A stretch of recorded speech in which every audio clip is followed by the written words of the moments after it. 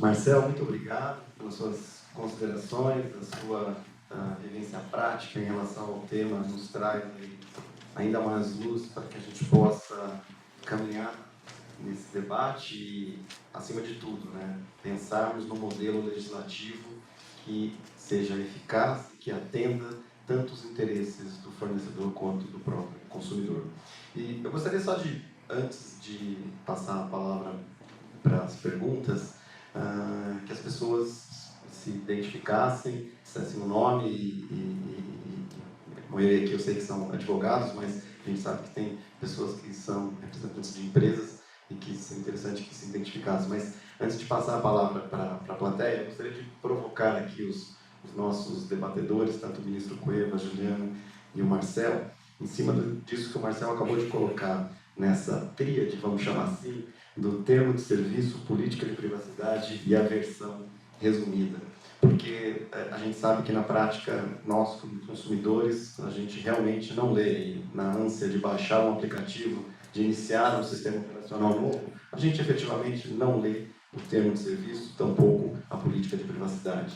E como o fornecedor, dentro desta prática, que não é uma exclusividade dos consumidores brasileiros, esta realmente é uma conduta do ser humano mesmo. Acho que dificilmente você teria um consumidor mais atento que vai ler esse termo de serviço. A gente sabe que às vezes tem um sujeito mais radical que vai no detalhe do detalhe, costuma questionar, mas a grande maioria dos consumidores não assim o age.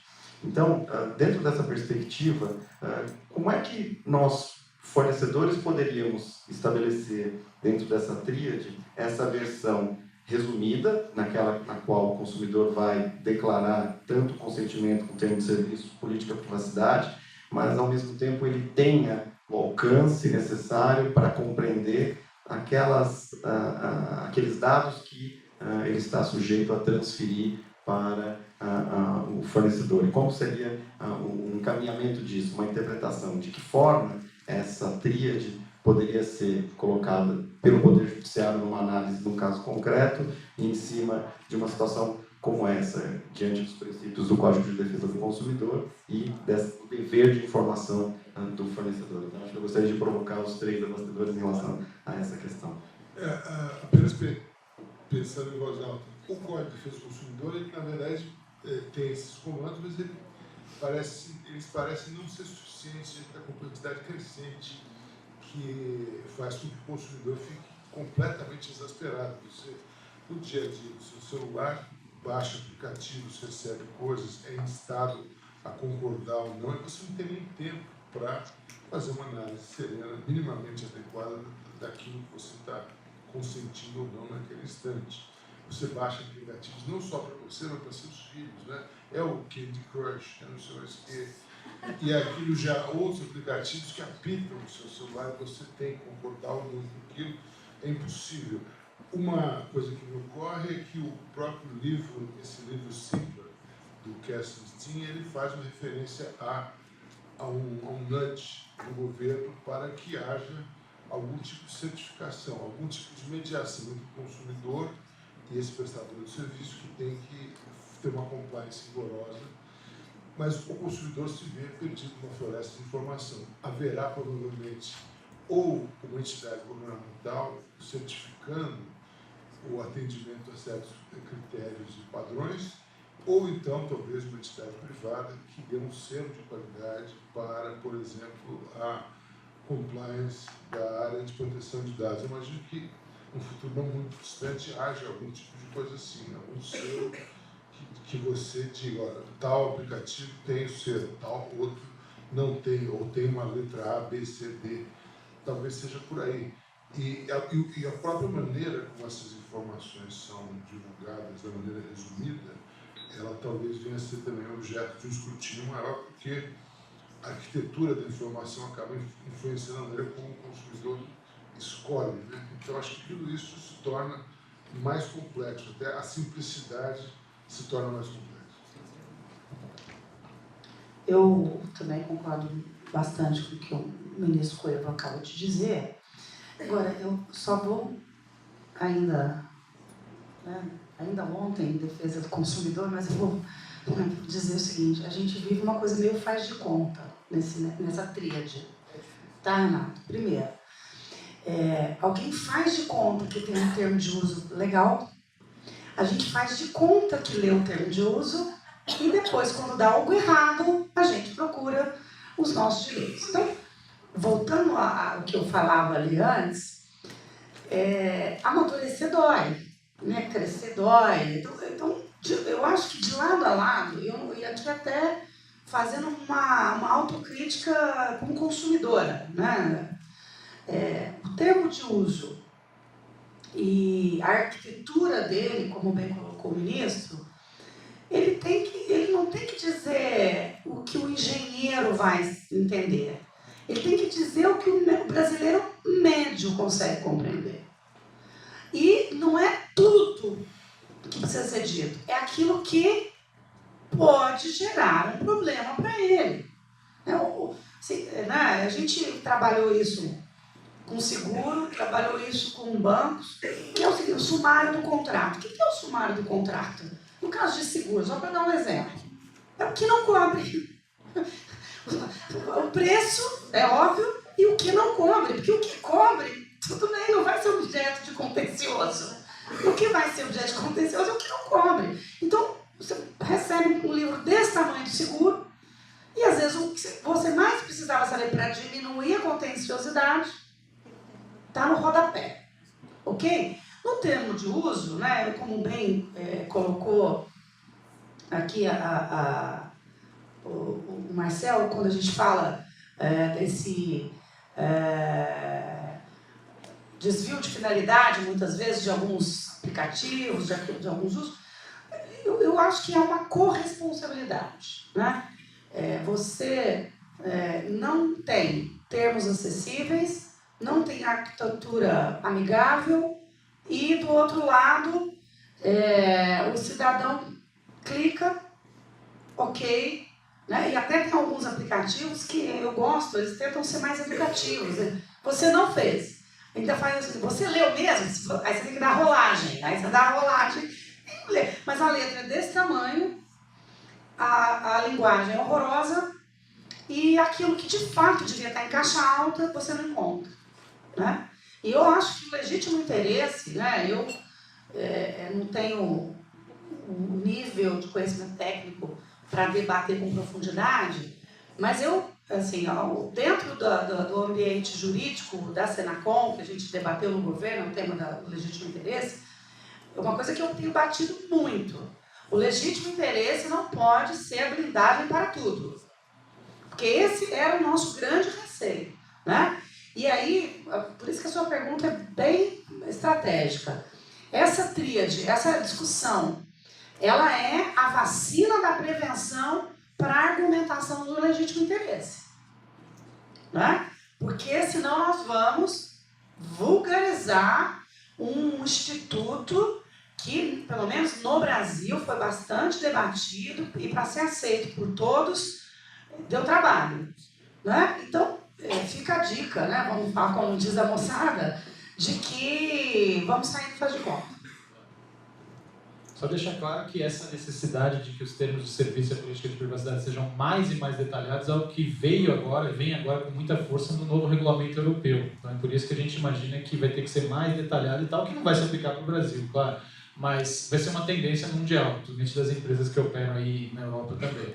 Já sobre como você viabiliza isso, vamos ser práticos, né? Primeiro, é igual o resumo, né, de obra, é a última coisa que você escreve, né? Esse documento direto para o usuário, aquela linguagem mais clara e acessível, é a piada do parecer, né? Quanto custa o parecer? 50 laudas, 100 mil reais. Nossa, que caro, e se tiver 20 laudas? É 250 mil. Dá muito mais trabalho de sintetizar e fazer e explicar diretamente. Então é até engraçado que alguns colegas se surpreendem quando eu falo, poxa, mas você é o primeiro advogado que fala pra gente escrever menos, né? Eu falei, exato, porque você tem que cumprir o dever de formação da maneira mais clara e objetiva possível. E a dica principal aqui, gente, é a seguinte, ninguém vai escrever um bom termo de serviço, uma boa política de privacidade ou um resumo, sem conhecer a plataforma, o aplicativo e o site que você pretende desenvolver. Se o seu cliente interno, se você está numa empresa grande e o seu cliente é interno, você não adianta, é chato, mas eu não quero ver esse aplicativo, um joguinho de corrida de uma promoção aqui, não importa, você vai jogar o joguinho sim, é trabalho, olha só, está sendo pago para jogar o joguinho, para fazer a política de privacidade e os termos de serviço daquilo. O meu cliente é uma startup, é um negócio que eu nunca vou usar, não importa, você tem que instalar o aplicativo dele, você tem que fazer isso, porque senão como é que você imagina que vai escrever um bom termo de serviço, uma boa política? Normalmente esse pessoal, inclusive, já te procura com um documento copiado da internet. Meu serviço é parecido com o de fulano, então eu peguei aqui esse aqui de modelo. A pior coisa que você pode fazer é chancelar uma coisa parecida, porque o parecido não é igual. E os detalhes da proteção de dados é que vão fazer diferença se o seu cliente está em violação ou não. Então esse cenário aí dessa tríade acho que é importante por conta disso. E esse é um nó gordo que ninguém resolveu ainda, né? Quer dizer, o Danilo uma vez, o consultor aí que o Danilo Donedo, muitos de vocês conhecem, né? Uma vez brincou comigo, né? Que eu falei para ele, falei até isso num evento de privacidade do ano passado, que a gente tem que educar muitos filhos em relação a isso, né? As crianças estão completamente vulneráveis nesse aspecto aqui e é papel de todos, escola, pais, Estado, olhar para isso de perto, né?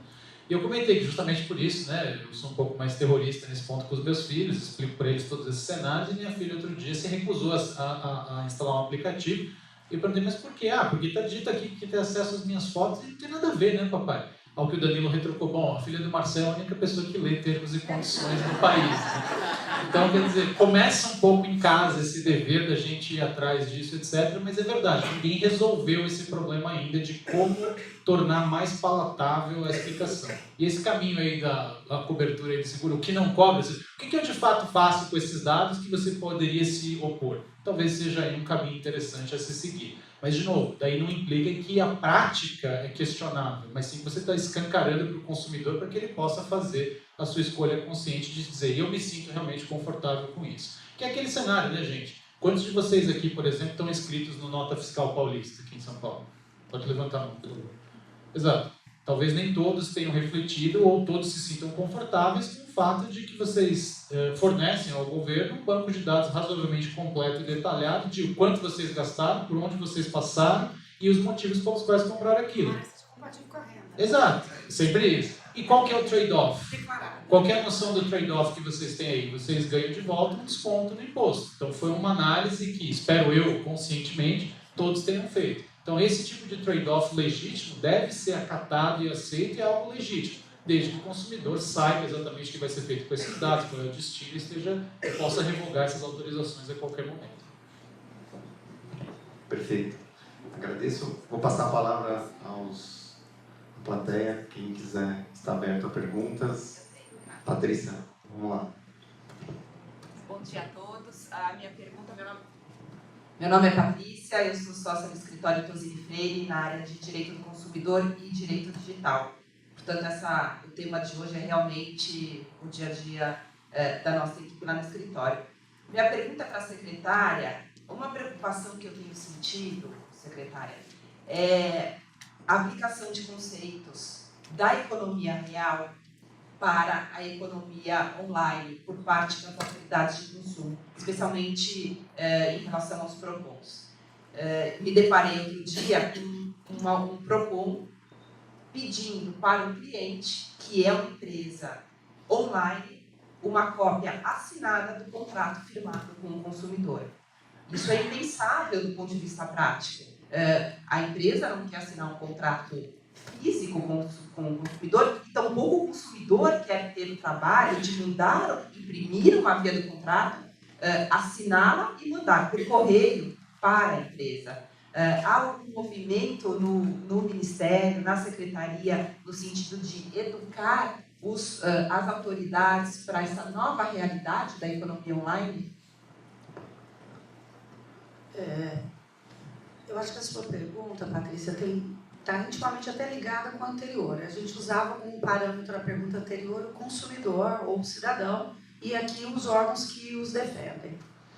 Veja, dentro dessa lógica às vezes, da falta de confiança que existe de lado a lado, é que se chega em medidas extremas como essa.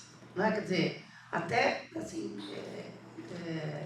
às vezes até impossíveis de serem concretizadas, né?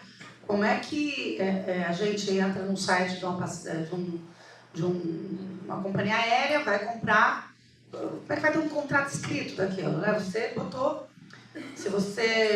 a sua senha ou o cartão de crédito e ali se operou o contrato de transporte aéreo, né? Obviamente, a assinatura ou não assinatura física independe para, de lado a lado, as garantias pertinentes àquele contrato serem utilizadas.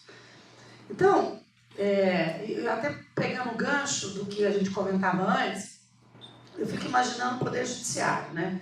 A dificuldade do Poder Judiciário, eu me solidarizo, porque se você não tem um termo de uso ou uma oferta no mercado online adequado, e aí o consumidor, né, voltando para a metáfora do seguro, né, ele não é claro para ele exatamente as restrições, a tendência do judiciário, com base na normativa vigente no país, da vulnerabilidade, boa-fé, etc., julgar a favor do consumidor, né, ficando materialmente comprovado isso. No lado do PROCON, acaba sendo a mesma coisa, né? Então, até para poder ter mais segurança jurídica na tutela administrativa e na tutela judicial, e dar elementos, seja para o PROCON, seja para o Poder Judiciário, inclusive alegar que aquilo é uma alegação de má-fé ou carece de legitimidade, é muito importante que os dados pertinentes ao contrato, pertinente ao uso dos dados, ele esteja muito acessível, disponível para todos. Porque muitas vezes o lado imagino, eu não conheço o caso concreto, mas o PROCON, para pedir isso, porque deve ter suscitado um contencioso, em alguma medida para o PROCON pedir, cadê o contrato escrito? Né? Quer dizer, por quê? Esse é o efeito. O PROCON pediu isso porque a causa alguém deve ter procurado o PROCON por conta de um conflito causado e na dúvida, assim, cadê o contrato? Óbvio, a gente tem feito essa reflexão continuamente com o Sistema de Defesa do Consumidor. Nós temos no âmbito da Escola Nacional de Defesa do Consumidor, que está sendo agora reestruturada e até será certificada pela UNB. A gente tem agora um convênio com a Universidade de Brasília para certificar os profissionais da área de defesa do consumidor. Um dos eixos de capacitação é exatamente a economia digital, virtual, proteção de dados, né? A gente está trazendo os temas que o código as pessoas até já conhecem bastante. O que precisa hoje preparar os profissionais de defesa do consumidor para lidar com as novas tecnologias e os novos contratos. Então, sim, mas eu queria aproveitar o comercial para dizer, olha, não se apegue a isso. Eu acho que é importante, inclusive, muito bem colocado pelo ministro, a questão do compliance nessa área, né? Nós não temos uma lei ainda, mas nós já temos um projeto, um anteprojeto, nós já temos diretrizes balizadas. Por que não fazer uma adequação à política de privacidade, aos contratos e à oferta, né, com base já em estimulando as boas práticas? Né? Quando se fala aí de repente ter um órgão que possa certificar, né, como a gente tem alguns, tá aí uma super coisa para discutir com o Inmetro, por exemplo. Né? Independente de um privado, né, até a gente ter um privado, discutir quais seriam, né, fazer um grupo de estudo ali, se antecipar. A gente não sabe o que vai ser o anteprojeto no Congresso. Né? Aliás, o Marcelo falou, e agora? O que vem? Agora que vem, eu espero que vocês cuidem do anteprojeto. Né? Porque ex não é nada, né? Vice é muito nesse país. Ex não é nada. Então, a gente não vai poder fazer muita coisa. Quem vai poder fazer mais são vocês. Vamos lá, Marilena. Espera só um minuto para chegar no microfone. Oi, meu nome é Marilena, sou sócia do Demarest. Eu tenho uma pergunta que ela é um pouco conceitual. O nosso anteprojeto, ele tem como base a proteção do consumidor. E a gente sabe que a legislação americana ela tem como foco a proteção dos dados, efetivamente. E eu queria entender por que a gente fez essa escolha, na verdade, de proteger o cidadão.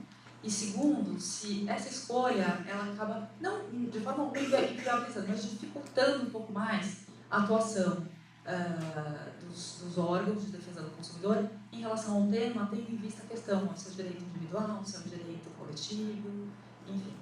Essa é a minha pergunta. Sabia que ia ser sabatinada aqui, viu? Mesmo a qualidade de homenageada e ex-secretária. Mas vamos lá. Ó, eu vou te responder de uma maneira muito simples. Primeiro, nós vivemos numa cultura latino-americana com um nível de desenvolvimento muito diferente dos Estados Unidos. Então, nós precisamos, sim, ainda dar um passo atrás e olhar, não na perspectiva do consumidor, porque a proteção de dados pessoais, o anteprojeto, ela visa, de fato, a pessoa. Né? Tanto é que, para nós, os princípios basilares dela sempre foi o consentimento, né? a autodeterminação, a titularidade, porque esse é o nosso, vamos dizer assim, a nossa realidade social.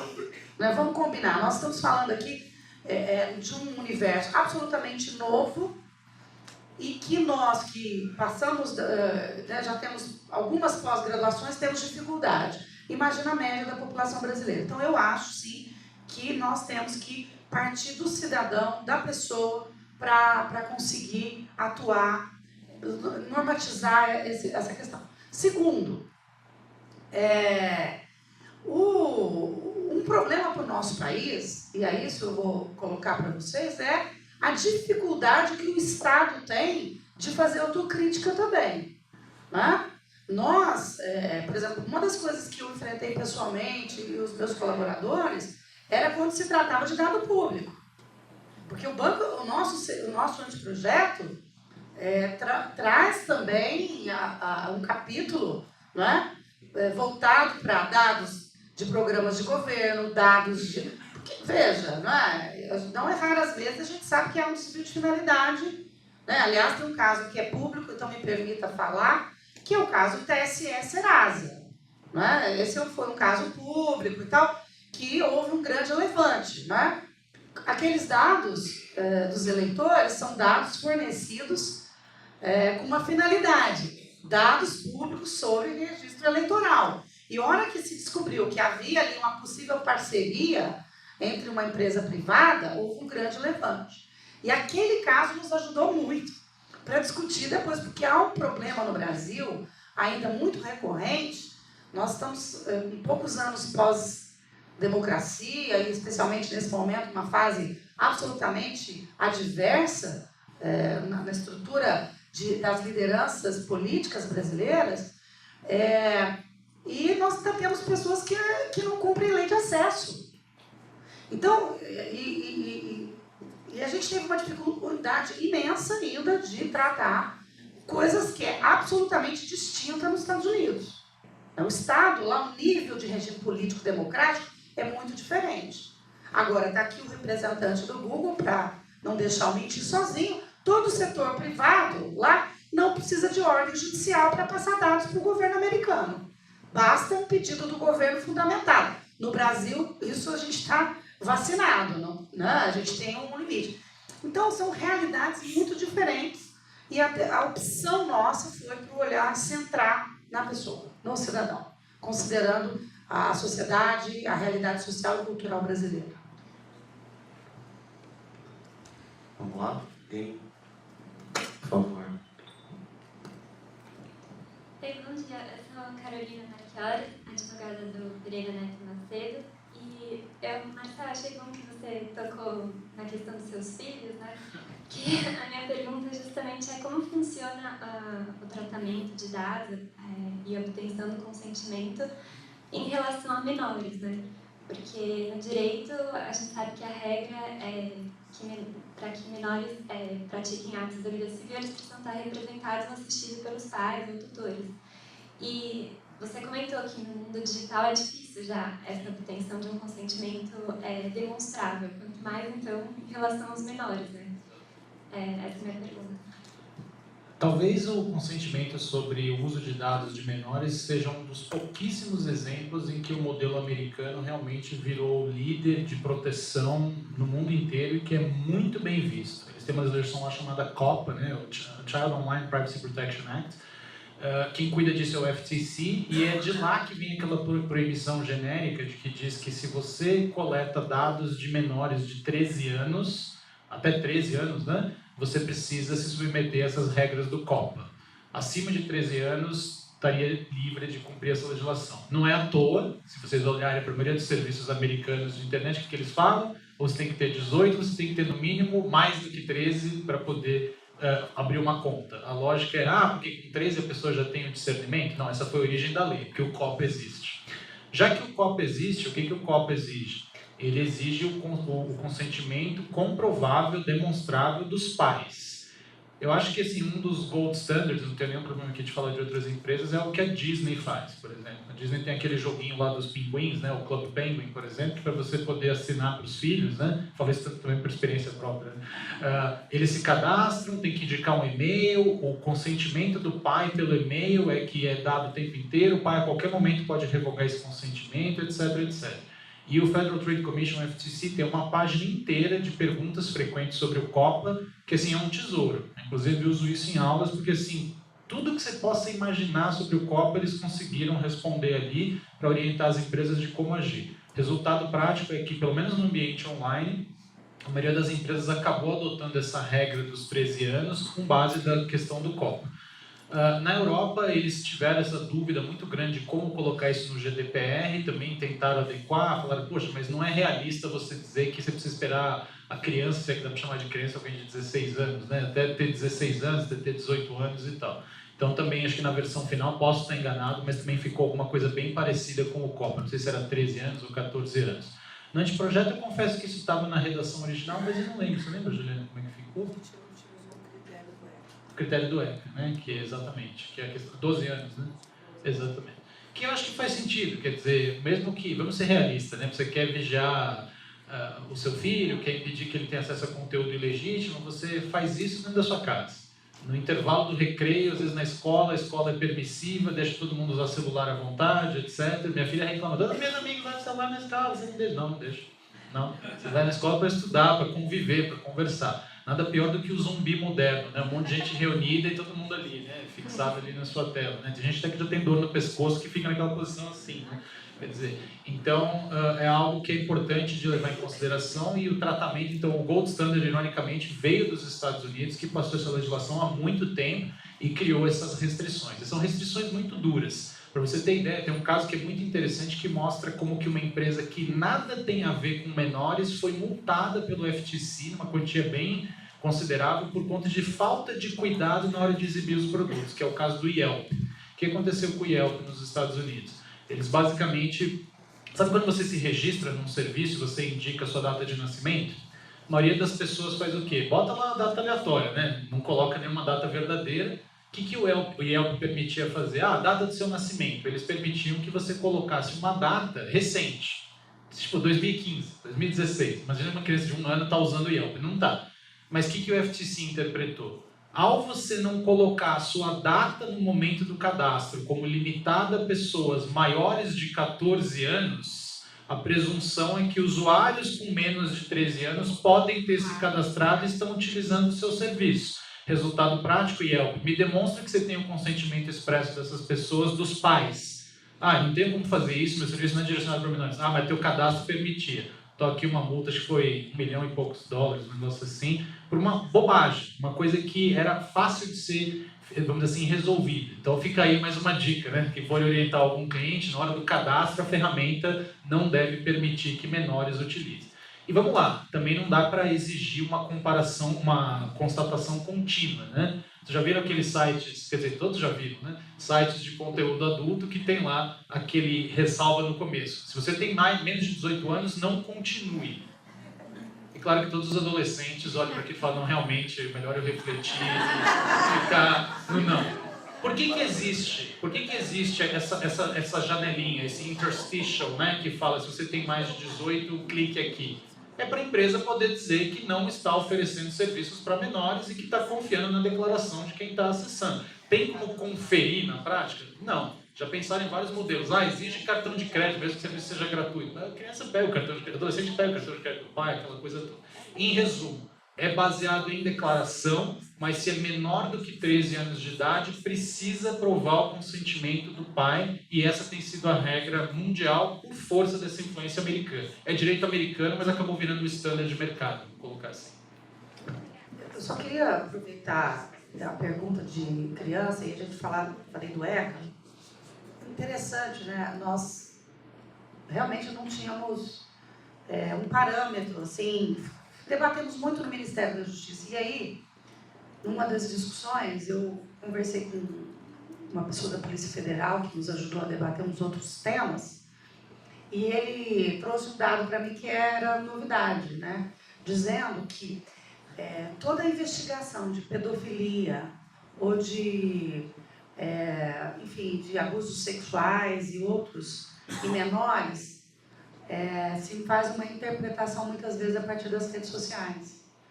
Então, é interessante que a gente sempre pensa nesse lado do uso indevido dos dados das crianças e tal, mas naquele debate com um profissional da área de inteligência da Polícia Federal, abriu meus olhos, por exemplo, para uma outra coisa que não, assim, né, a gente nem pensa numa coisa dessa.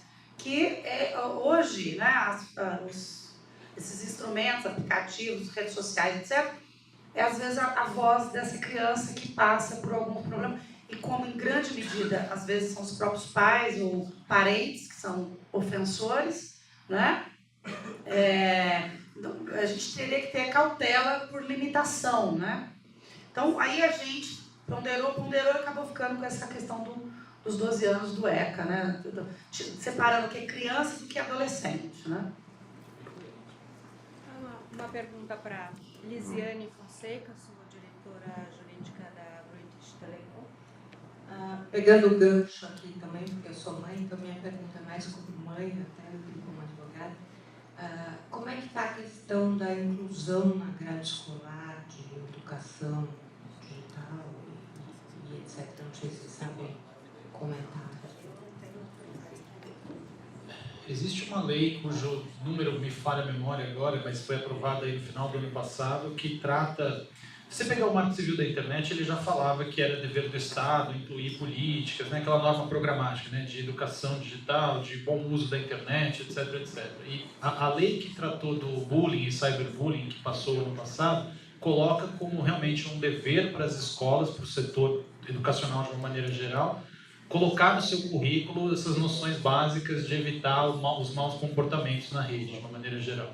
Então, teoricamente, as escolas têm aí um prazo para se adequar e passar a incluir isso no currículo, né? Várias escolas do setor privado já têm, obviamente, feito palestras, já têm feito esse tipo de coisa para trazer essa conscientização.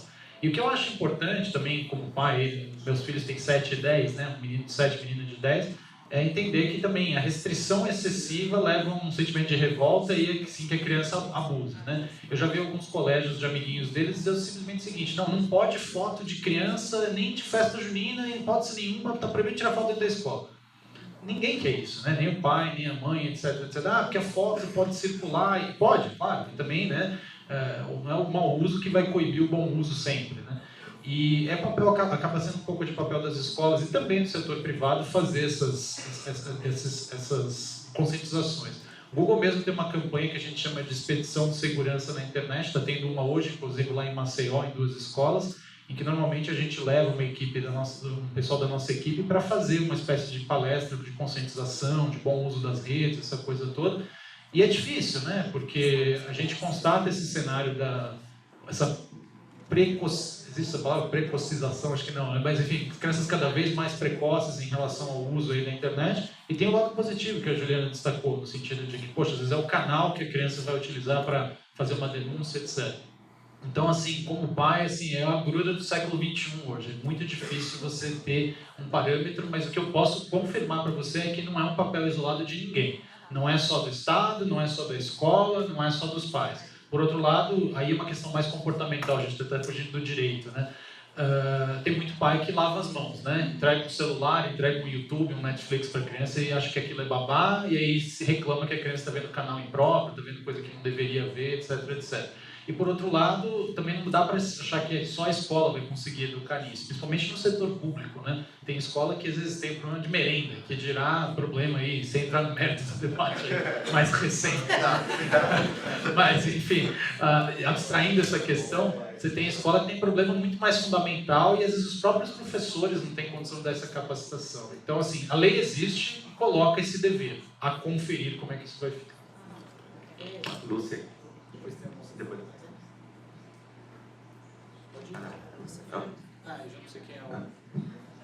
Oi, sou a Amanda, trabalho no Banco Itaú, sou advogada. E vou aproveitar só de fazer uma pergunta para o Marcel e uma para o ministro. Para o Marcel, eu queria saber qual a sua opinião sobre o compartilhamento de informações entre empresas do mesmo conglomerado, ainda que em sedes e filiais internacionais. Como é que fica esse compartilhamento? E para o ministro, a gente tem enfrentado no banco uma certa resistência do judiciário com relação à contratação online. Hoje a gente tem aplicativos, a gente utiliza ou token, ou a biometria, ou então log, que nada mais é do que um código que identifica o IP da máquina, e o judiciário muitas vezes não entende, não aceita esse tipo de prova. Como é que o senhor ministro vê uma projeção do judiciário para uma aceitação melhor dessa contratação online? Eu pessoalmente não conheço nenhum caso que tenha chegado ao STJ sobre isso, embora todos nós vivamos isso, né? Já recebi do próprio Itaú uma oferta de migrar para o banco virtual do Itaú. Eu falei, não, muito obrigado, estou muito contente. O banco físico já é ruim o suficiente, o gosto. Os problemas que os bancos têm são ruins ou bons em qualquer plataforma. Mas é uma questão interessante, realmente haverá um... Já estão falando no fenômeno da uberização dos bancos. Né? Os bancos vão migrar para plataformas digitais que reduzem os custos e tem algumas vantagens para o consumidor também. Eu acho que é inevitável que o judiciário vai ter que se defrontar com isso e exigir que os instrumentos de validação, certificação sejam rigorosos, mas muito mais que isso eu não vejo como impedir essa evolução tecnológica. Sobre a questão da transferência internacional de dados, a transferência entre empresas do mesmo grupo, obviamente que você tem sempre o cenário do que você já declarou nos seus termos, nas suas condições, nos seus contratos, etc. Principalmente no setor financeiro isso é muito importante, né? A área de seguro, que é conversar com a área financeira, que é conversar com a área do cartão, aquela coisa toda. Do ponto de vista internacional, que é a parte assim que está mais regulada, existem vários mecanismos de transferência de dados, né? Existia, por exemplo, entre Estados Unidos e Europa aquele acordo que era conhecido como Safe Harbor, que foi invalidado pela decisão lá da Corte Europeia de Justiça por conta da denúncia do Max Schrems, que disse o seguinte: olha, se os americanos entregam os dados para a NSA, então a proteção do Safe Harbor que existia, na verdade, não existe. Então, logo esse acordo não vale.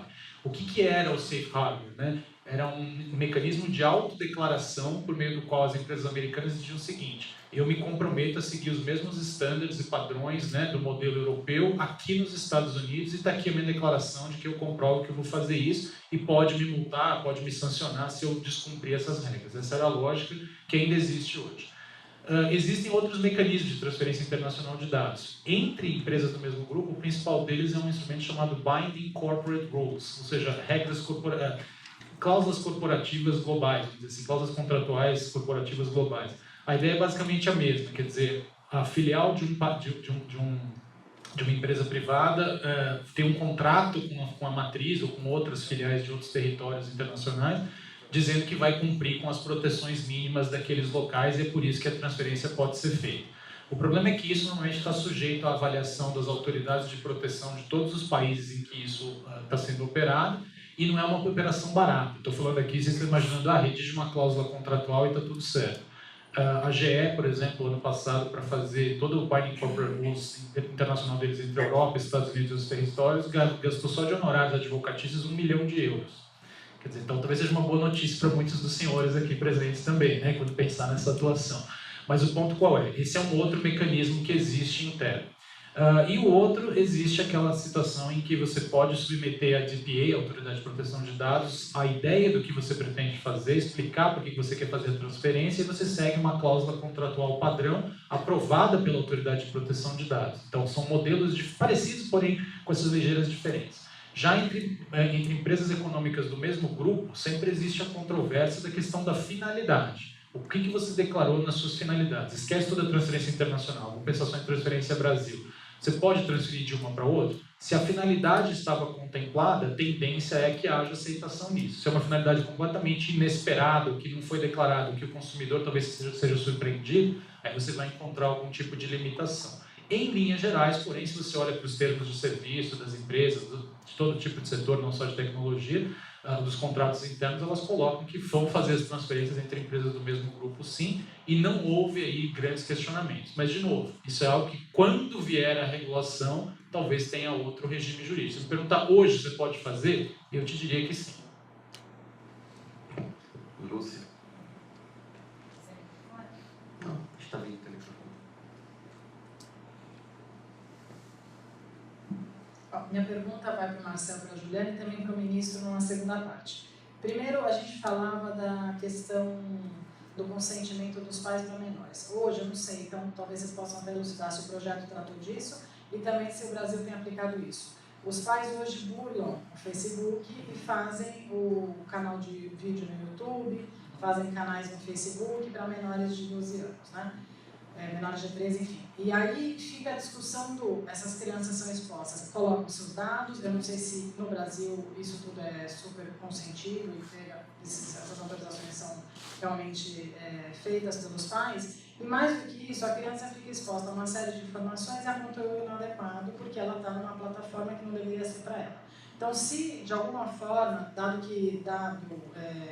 considerando que a lei tem um caráter amplo do conceito de dado pessoal, se isso está sendo, assim, até que ponto é a responsabilidade dos pais nisso, né? E até que ponto o conteúdo inadequado vai ser a responsabilidade de quem postou o conteúdo que não necessariamente era inadequado, mas para aquele público se tornou inadequado. Como é que a gente controla se a lei traz algum tratamento nessa questão das redes sociais? Porque hoje a exposição que os pais fazem dos próprios filhos é muito grande. Inclusive, hoje toda essa discussão de youtuber mirins, de crianças fazendo o tal do unboxing, e etc., e que elas fazem porque têm uma vontade muito grande de exposição, ou os pais têm, então, como que, sei lá, se há algum tratamento, se alguém pensou nisso, se isso está sendo de alguma forma tratado. E o segundo, e aí até perguntar para o ministro se o STJ já teve alguma decisão, alguma discussão sobre esse conceito de privacidade envolvendo criança, limites, envolvendo essa exposição. E segundo, a pergunta é como é que ficou o tratamento da publicidade comportamental, porque pelo que eu entendi, ela não é abusiva em si mesma, mas o consumidor tem que ter a opção de querer ou não receber as informações. Então, se o anteprojeto está tratando disso, e até se o STJ teve alguma decisão envolvendo essas informações, essas mensagens publicitárias que traçam o perfil, isso viola ou não o conceito de privacidade. Fácil a sua pergunta, né? Vamos lá, vamos separar então uma coisa da outra, que é a questão de... Uma coisa seria a criança, propriamente ela, sem nenhum contato ou conivência ou consentimento dos pais, abrir contas nesses serviços, né? Então, é muito comum isso, principalmente na pré-adolescência, né? 10, 11, 12 anos. Eu quero uma conta no Facebook, quero ter Snapchat, quero ter Instagram, quero ser YouTuber, etc, etc.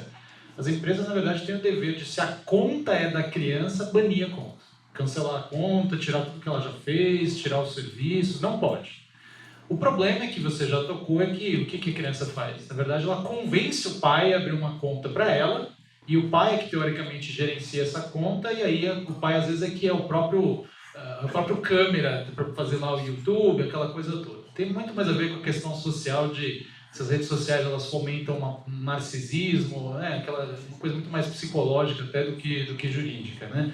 Hoje você não ter Facebook, você é visto como um cara alienado, né? Eu sou um deles, por exemplo, né? Então, não tenho Facebook alienado, aí é o julgamento de cada um. Mas, piada à parte, o que acontece?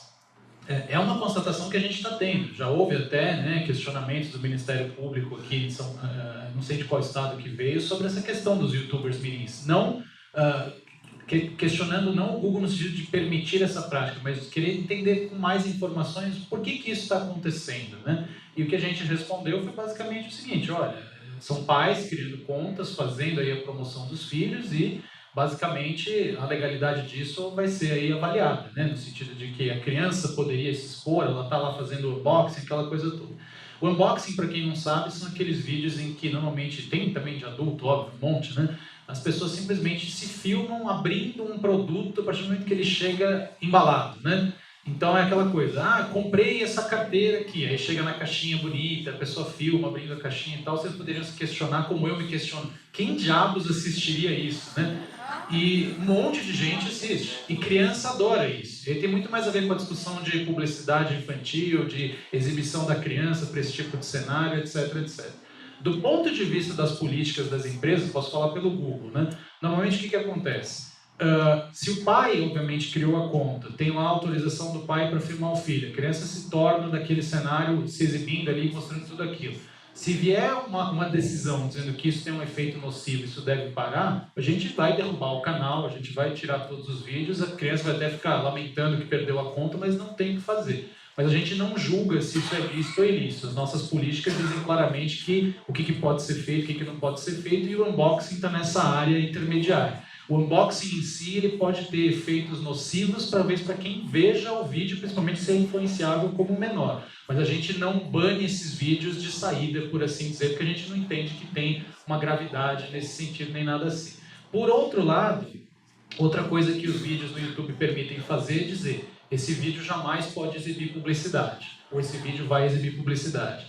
O Google nos Estados Unidos lançou o YouTube Kids, não sei se alguém já ouviu falar disso, que é um canal curado do YouTube, tem ideias de lançar ele em outros mercados, inclusive no Brasil. É um canal todo curado com uma experiência realmente só de programação infantil, que aí seria uma experiência inclusive de assinatura, né, para a criança poder realmente só ter acesso àquele tipo de conteúdo que é curado para dizer isso é bom para menores, não tem problema nenhum, etc, etc. Mas é muito difícil, né? A gente lida com a questão de precisar ter denúncia, de precisar receber as informações. Eu não sei se é de conhecimento de todos, mas assim, com o crescimento desse uso de plataforma de vídeo, o Google, assim, o YouTube experimentou um crescimento muito grande no mundo inteiro, né? Hoje, a cada 60 segundos, a cada minuto, entram mais ou menos 400 horas de vídeo, né, no YouTube. Então não existiria nem gente suficiente no planeta para assistir todos esses vídeos e dizer isso pode, isso não pode, porque o volume é absolutamente massacrante. Então a gente depende das denúncias e conforme a denúncia, seja pela via judicial, seja pela via extrajudicial, a gente derruba isso. Agora, é um tema assim, muito sendo debatido agora na crista da onda por conta dessa pressão para banir completamente qualquer tipo de publicidade ou práticas que induzam ao consumo infantil. E o que realmente for decidido, a gente vai acatar. A gente não tem uma opinião formada no sentido unboxing necessariamente nocivo ou não. Um exemplo concreto, tem muita gente que fala o seguinte, né? Isso foi uma coisa que a gente aprendeu estudando esse tema internamente. Tem muito turista que vê muito vídeo de unboxing por um motivo muito simples. Será que aquela encomenda que eu quero trazer cabe na mala? Se eu tirar da caixa? Aí vê lá, tirando da caixa aquela coisa, enfia na mala, etc, etc. Mas isso é uma visão adulta da coisa. A criança não está preocupada com isso, ela está interessada em ver as cores, a beleza, etc, etc. E para encerrar, eu já vi estudiosos defendendo os dois pontos. Eu já vi gente falando que o unboxing necessariamente fomenta o consumo, o desejo, como eu já vi gente falando o seguinte: na verdade o unboxing faz a criança ficar tão fascinada com o unboxing em si que ela não está interessada mais no produto. Só no vídeo do unboxing ela já se satisfaz. Então é até difícil de tomar uma posição diante desses cenários. Bem, do ponto de vista do anteprojeto, obviamente, passando, né, haverá uma limitação legal no Brasil para um registro de uma conta de um menor de 12 anos. Óbvio. Eu, aí, estou lotado de advogado aqui, a gente já tem um ECA em vigor. Então, eu acho que já dá para fazer uma interpretação baseado, não é a minha área de especialização, mas acho que dá para a gente ter parâmetro. Agora, eu vou voltar para o tema que eu falei na hora da minha palestra ali. Nós, no Brasil, temos um péssimo hábito de desqualificar o mensageiro e não debater a mensagem. Né? É muito mais fácil, né? Eu, por exemplo, estou muito brava que o Corinthians saiu da Libertadores, acho que já está na hora de trocar o técnico, né? Então, não é um tipo de jornal, mas a gente tem essa coisa muito passional às vezes. Mas quando a gente está discutindo toda essa temática, a gente está discutindo cultura e comportamento. Não, quer dizer, e aí, né, Lúcia, vamos voltar para o assunto que é tão periclitante para a gente, que é o tema da publicidade. Né? Veja, se um pai pega uma criança de 3 anos, faz um vídeo dela e transforma numa youtuber mirim, desculpa, não é um instrumento. Você não precisa discutir o instrumento. E eu tenho uma preocupação muito grande que o Estado comece a regulamentar até isso. Porque senão nós não vamos virar gente grande nunca. Nós nunca vamos ser um país desenvolvido, que a gente almeja tanto. Né? Agora, obviamente, como empresas, é importantíssimo que você tenha travas técnicas, como o caso que o Marcel comentava aqui da empresa americana, né? Que não permita a criança, porque as crianças hoje, com 4 anos, elas sabem mais de tecnologia do que a gente, com 41, né? Elas têm, já nasceu em outra geração. Então, não duvido nada que uma criança de 7, 8 anos consiga se cadastrar perfeitamente. Elas fazem coisas incríveis com tecnologia. Então, acho que as travas devem existir, mas eu acho que, em alguma medida, a sociedade precisa debater a questão comportamental e cultural. Né? Tem uma questão que eu tenho uma amiga muito querida que trabalhou nas Nações Unidas no projeto do Programa de Erradicação do Trabalho Infantil. Né? Ela foi, inclusive, premiada por uma atuação muito forte no Brasil. E, às vezes, eu digo, né, para ela, olha, como é que você admite? A criança não pode trabalhar quando ela é de classe média baixa e quando é para ela ajudar em alguma questão no mercadinho, alguma coisa. Não estou dizendo que eu sou a favor do trabalho infantil, pelo amor de Deus. Está gravando, né? Depois edita e ainda vão falar que eu fiquei maluca. Mas o que eu estou dizendo é o seguinte, e quando você tem uma criança fazendo um programa de televisão, aquilo não é trabalho? Quando você tem uma criança fazendo uma publicidade na TV, não é trabalho? Então o Brasil tem umas inconsistências morais e éticas que às vezes me preocupa. E às vezes nós, na área jurídica, temos que trazer isso para o ambiente normativo jurídico, o que eu também acho absurdo. Né? De lado a lado, né, usando essa metáfora do trabalho infantil, acho que o OPL foi feliz quando utilizou como parâmetro, ou pelo menos o ECA, que é uma coisa que está aí há muitos anos, mas eu acho que esse debate sobre comportamento e o efeito de tudo isso na vida dessas crianças é um tema que devia ser debatido do ponto de vista da psicologia e de outras áreas do conhecimento que não o jurídico. Quanto à questão de precedentes no STJ sobre a publicidade infantil e perfis informacionais, eu não conheço, não sei. Nós julgamos quantidade absurda, 350 mil processos por ano. Muita coisa não sobe por óbice, né? Simular, mas acho que não tem, demora muito a subir, os processos demoram, esses julgados demoram a subir, então esses temas mais novos acho que ainda não chegaram. Nós temos uma jurisprudência já razoavelmente consolidada quanto a atividades de empresas como a Google, por exemplo, que atuam como indexadores da internet, no sentido de que não cabe a elas exercer uma atividade censória sobre o conteúdo, mas, claro, se for nos termos do Marco Civil, até que é posterior à jurisprudência, se for comunicado o URL do ofensor, cabe a elas, então, elas têm o dever de tirar aquilo da rede, né? Mas aí há discussões outras, se tem que tirar também do cache ou não, porque o cache, isso já foi até discutido lá, se o cache permite a reprodução daquele conteúdo infinitamente, mas não sei se tecnicamente é possível que a Google enxugue, aquare completamente aquele conteúdo da rede. Fazer uma consideração, Marcelo? Sobre o que ele acabou de dizer, eu vou... dizer. Sim, na verdade, o cache nada mais é do que armazenamento temporário, né? Uma coisa que todo mundo tem que se lembrar é que quando você pesquisa na internet, você não está fazendo uma pesquisa em tempo real, né? Você está pesquisando o índice que a empresa criou a partir do que existe na web, né? Esse índice vai sendo atualizado constantemente, mas sempre existe um pequeno delay. E a ideia do cache nada mais é do que armazenamento temporário. Ele normalmente desaparece automaticamente depois, quer dizer, depois de um tempo, quando o site original cai, né? Que é justamente esse ponto. Agora, o que pode ser feito é apressar o apagamento desse cache. Isso sempre pode ser feito. O que não dá para fazer normalmente é evitar que ele sequer seja criado, porque isso quem decide é o próprio webmaster, né? Quando existe uma medida técnica que qualquer site pode adotar, dizendo: você quer que o Google ou qualquer outro buscador faça um cache ou não do seu site? Normalmente a maioria das pessoas coloca no default que sim, porque é útil, né, para pesquisa, facilita encontrar informação. Se a pessoa fala não, não quero, aí cai automático. Então, na verdade, é um mecanismo técnico conjunto do Google com os outros operadores. Senhores, em razão da hora aqui, nós temos um tempo britânico. A nossa diretora aqui de Relações de Consumo já está me olhando feio ali, que a gente precisa encerrar. E eu gostaria de agradecer a presença de todos, especialmente do ministro Cueva, da Juliana, do Marcel. Acho que a gente conseguiu aqui trazer alguma luz para esse tema. Acho que ainda temos muito a avançar.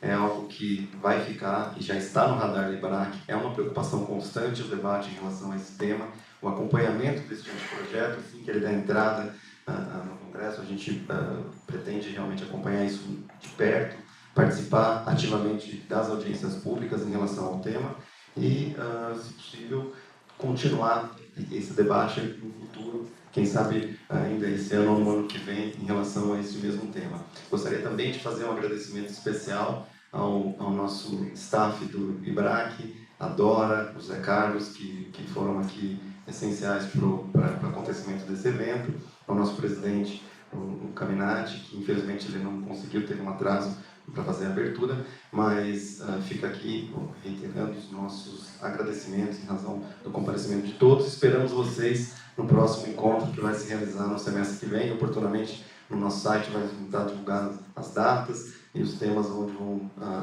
ser debatidos, tá bom? Muito obrigado a todos.